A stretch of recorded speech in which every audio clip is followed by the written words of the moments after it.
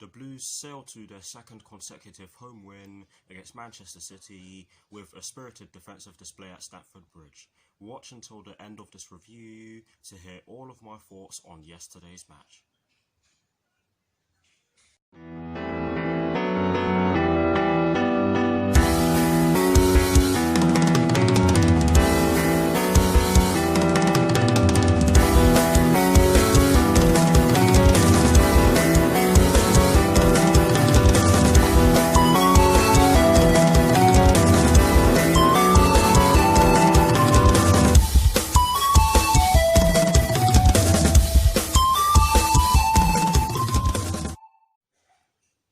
Hello people, welcome to my channel, welcome to another video. This is my review of the game which took place yesterday evening at Stamford Bridge in the Premier League between Chelsea and Manchester City, which Chelsea ended up winning by 2-1. So what I'm going to do for you guys in terms of this review is that firstly, I'll be giving you guys the lineup that Frank Lampard fielded at the start of yesterday's match against Manchester City. I'll then be giving you guys my thoughts on the match itself, and as always I will be including the positives and the negatives in which I took from the match. And lastly, I'll be giving you guys my thoughts on Chelsea's upcoming FA Cup match against Leicester City at the King Power Stadium, which will be taking place this Sunday. So without further ado, let's get straight into this review.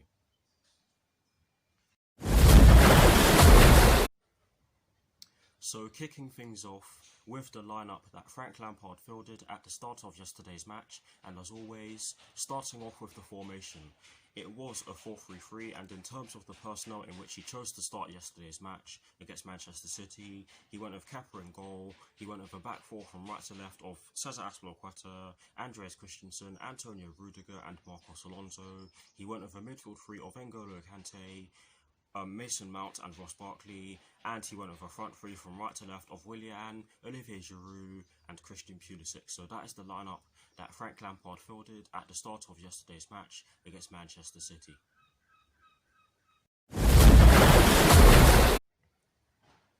Now for my thoughts on the match itself, and as always, starting off with the first half. And guys, I have to be honest with you when I say that Manchester City did put us on the back foot in the early stages of the first half. We were barely able to get out of our own. We were barely able to get out of our own half in parts of that first half. Yes, we did create some fantastic opportunities to put the ball into the back of the net, and I'll get onto that in a second. But so did Manchester City, and we also made some silly mistakes at the back. Most notably Kepa when he tried to kick the ball out, and he ended up giving the ball to a Manchester City player, and we were lucky that they didn't score from it because it was a poor mistake. But yes, both sides had some decent chances in the first half, and I think the best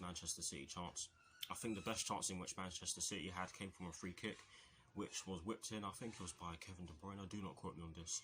But it came in from the left-hand side. Fernandinho got onto it, he headed it towards goal, and Kepa pulled off a brilliant save and tips it over the bar for a corner.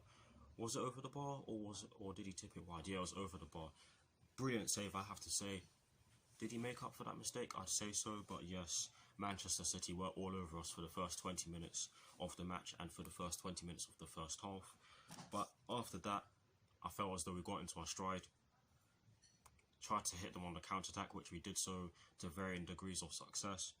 And in the 36th minute, we got the goal in which you can argue that we deserved. Yes, it came from a Manchester City free kick that was conceded by Marcos Alonso on our left-hand side and their right-hand side, of course. It was whipped in, one of our players headed it out, I think it was Antonio Rudiger, and there was a bit of a mix-up between Benjamin Mendy and Ilkay Gundogan, and Benjamin Mendy gave the ball away, and Christian Pulisic was right behind him. He pounced on it, carried on running, he started running with the ball, got past Benjamin Mendy with ease, and he was through on goal, and he just side-footed it into the bottom right corner on his side. And you can argue that it was a sucker punch because of the way City were playing and the way we were defending vigorously, but I don't necessarily think it was a sucker punch because we took the chance in which we took our best chance, which of course was that goal in the first half. And yeah, you can't really argue with that, but overall I have to say that it was a good defensive performance in the first half. not for the entirety of the first half. I have to admit, because we did make some mistakes at the back. I hope all of that made sense, by the way. But as the first half went on, we definitely got stronger defensively. But yes, overall, I thought it was a good first half performance. We looked as though we knew what we were doing, and it was great to see. But now for my thoughts on the second half. And again, I have to be real. Manchester City were all over us at the beginning of the second half, and they got the goal. Was it in the 63rd minute? I think so, when Kante conceded the free kick and Kevin De Bruyne took it and put it into the top corner, put the ball into the top corner from the position in which he took the free kick from. And to be honest, I'm not going to say that they didn't deserve that goal, because they definitely did. And I always knew that they were going to score, because look at the players they started with. I'm not going to go through their entire lineup, but look at the players they started with. They were always going to score. But yes, it was a poor free kick to concede, and I'm not really going to have a go at Kante for that, because this is only his second game playing in the middle of a midfield three, so of course he's going to make mistakes. And you can argue that part of his job was to make tactical fouls, which he did, but just not in the correct position, I guess. But yes, it was a well-struck free kick from Kevin De Bruyne. He did celebrate, and he has every right to, with the way he got treated at the club. But yes, it was a good free kick, and they could have made it 2-1 straight after they scored. Or straight after Kevin De Bruyne scored. They opened us up like a can of nourishment. Yes, I literally just said that. And Sterling was through on goal. He was literally by himself in the middle of the box, and he could only hit the post. Kepa was beaten. He did come out to try and stop the ball, which I do think he did he did pretty well. He did a pretty good job of doing. I hope that made sense, guys. My speech is all over the place. I've literally just woken up. But yes, Sterling was left one-on-one. Kepa came out so that he could make Sterling rush his shot, which I think he did really well at doing, because he ended up hitting the post. Yes, Sterling was very unlucky, and you can probably argue that he should have passed it to Mahrez, because he was literally by himself as well. But yes, our defence was opened up, and I have to admit that after that we made some changes. We made some changes, of course we did. There's no denying that we made changes. Of course we made changes. But what I was meant to say is that we needed to make changes. My bad for that mistake. And in my match reaction video, I did say that Ross Barkley needed to go off for Mateo Kovacic, and I made a mistake in my reaction video. I said that he had no impact on the game. That was not true. I thought Ross Barkley had a brilliant game yesterday evening. He was causing their midfield all sorts of problems, and he was getting in behind time and time again. His passing was also good, and he could have scored himself. But yes, I do apologise for making that mistake in my match reaction video.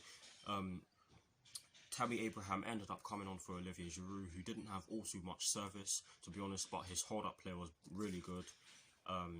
He was physical, which is what you want from a target man, and you can only ask that from Olivier Giroud. But Tammy Abraham came on, and he had an instant impact. He was causing their backline all sorts of problems. He could have scored. He could have scored numerous times in yesterday's match, to be honest. Who else came on? Kovacic came on for Ross Barkley, and he brought on some energy. I mean, he brought some energy into our midfield, because whilst I admit that I made a mistake in my match reaction video yesterday evening, I do admit that Ross Barkley was tiring. But yes, he did have a good game, and Mateo Kovacic was able to get some runs in behind, and he was able to run through their midfield. Yes, he didn't have too much time to do so, but he did do so. Our second goal, which was of course scored by Willian from the penalty spot, definite penalty. I don't know what Fernandinho was doing, and this was one of the chances that Tammy Abraham had to put the ball into the back of the net. It did come from, was it a Willian cross? I can't remember. It was a Willian cross from the right hand side. He didn't actually manage to get the ball. The cross in which Willian put in initially didn't actually reach one of our players, but the ball came back to him and he crossed it in, and I think it went straight to Tammy Abraham, who hit it towards goal. I can't remember who followed up, but the ball ended up at Tammy Abraham's feet again. I cannot remember what happened. There was just it was just like pinball with no wizards, to be honest. And Tammy Abraham saw the handball, and there were loads of protests going on, and the referee ended up checking with the people at VAR in Stockley Park down near Heathrow, of course. And yeah, they came to the right decision, because it was a definite penalty and a definite red card. You can't be doing that inside the box. You can't handle the ball inside the box and not expect to get sent off. It was a good decision in the end, and Willian stuck the penalty away. It was a fantastic penalty, straight into the top left corner, sent Ederson the wrong way, and for me it could not have happened against a better goalkeeper. I cannot stand Ederson's attitude, but yes, it was a fantastic penalty, and I have to say that Willian had a fantastic game as well. But overall, an absolutely fantastic defensive performance from Chelsea. We looked so fantastic on the counter-attack, and that's the second time we've done that against Manchester City at Stamford Bridge, and hopefully we can do it many more times. But yes, overall, like I said already, a fantastic defensive performance, a fantastic counter-attacking performance. Like I said, we had so many shots on target. We only had 33% possession, which shows you that possession isn't everything. But yes, we definitely deserved to win that game yesterday. But anyways, now for the positives and the negatives in which I took from the match. And as always, starting off with the positives, there are two. The first positive in which I took from yesterday's match, which I kind of touched on already, was the fact that we were very solid defensively and we were very good on the counter-attack. And in my opinion, every single player on the pitch for Chelsea yesterday evening, including the substitutes, put in a brilliant shift, and it was great to see, because not many people gave us a chance of actually winning the game yesterday. Even myself, even though I said 3-2, I was not confident. But yes, it was a solid display from everyone on the pitch. The second positive in which I've taken from the match yesterday evening was the fact that Frank Lampard's substitutions changed the game yet again, and he made the correct substitutions yet again.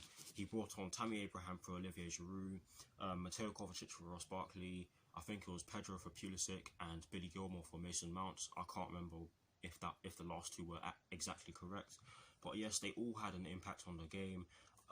Pedro and Billy Gilmore did come on in the dying stages of the match, and they did actually help us waste a bit of time and help us defensively, of course, which is what we needed in the dying stages of the match, because of course we were looking to win the game, not draw. And Manchester City did look as though they still posed a threat, even though they had 10 men. And yeah, they were timed correctly as well, so you have to give Frank Lampard credit for that. But sadly, there has to be a negative, and again, I'm not going to dwell on this one too much, because it's to do with the fact that we conceded from a set piece. And yes, it was a free kick that was conceded by N'Golo Kante, but like I said earlier on in this particular part of this review, I'm not going to give him too much stick for conceding that free kick, because it's of course his second game playing in the middle of a midfield. It's his second game playing in the middle of a midfield three, so he's bound to make mistakes. But yes, that's the only negative in which I took from yesterday's match. And just before I move on to the next section of this review, I'm just going to say that it's fitting that we won the game in the 96th minute for those 96 people that died in Hillsborough, which is of course the ground of Sheffield Wednesday, quite a while ago now. And hopefully they're all watching in absolute jubilation, because Liverpool do deserve to win the title. They've definitely been by far the best team in the league this season. And yes, I can't even speak. I often say that I don't like Liverpool, but they thoroughly deserved to win the title. And like I said already, it's only fitting that we won the game in the 96th minute, because of those 96 people that died at Hillsborough in the 80s, was it? I can't even remember, but yes, rest in peace to all of those 96 people, and again, congratulations to Liverpool on winning the title. But anyways, that is it for this. That is it for my thoughts on yesterday's match. Please do let me know what your thoughts are on the match in the comment section below, and as always guys, I will do my very best to respond. Now, to conclude this review, I'm going to give you guys my thoughts on Chelsea's upcoming FA Cup match, which will be taking place this Sunday against Leicester City at the King Power Stadium. And for me, we can definitely get the job done, especially if we put in a similar performance against them in comparison to yesterday's match. I definitely think that we have enough to get the job done against them. Yes, Leicester City do have some fantastic players in their team, and there's no denying that they've been solid all season, if not fantastic, and they definitely deserve to be in the top four. But this is a one-off, and I just have a funny feeling that we have enough to get the job done. And it will be hard, because like I said already, Leicester City do have a fantastic team, and they have fantastic They have fantastic players who can come off the bench as well, and they have a brilliant manager in Brendan Rodgers, who at one point was actually meant to come to us. But yes, we cannot underestimate Leicester City. We have to be at 100% against Leicester City on Sunday. Yes, I'm not entirely sure when the game kicks off, but I'll check. I'll check when I do my preview for this game. But yes, we can get the job done. Hopefully we see ourselves into the next round of the FA Cup. And of course, I will be doing videos for this game. So please do stay tuned for that. And just before I go, I'm going to say that Christian Pulisic, what a player he is. Another fantastic performance from him. He was definitely man of the match yesterday evening. And I forgot to mention that earlier on in this review. But yes, he was fantastic. He's causing their backline all sorts of problems. His running was fantastic. His dribbling was just beautiful. He was excellent defensively, and he was definitely my man of the match. But yes, that is it for this review. I hope you all enjoyed it. Like, comment, and subscribe to my channel if you're new, and I'll see you very soon for some more videos. Come on, you Blues. Jesus. Come on, Frank Lampard, and peace.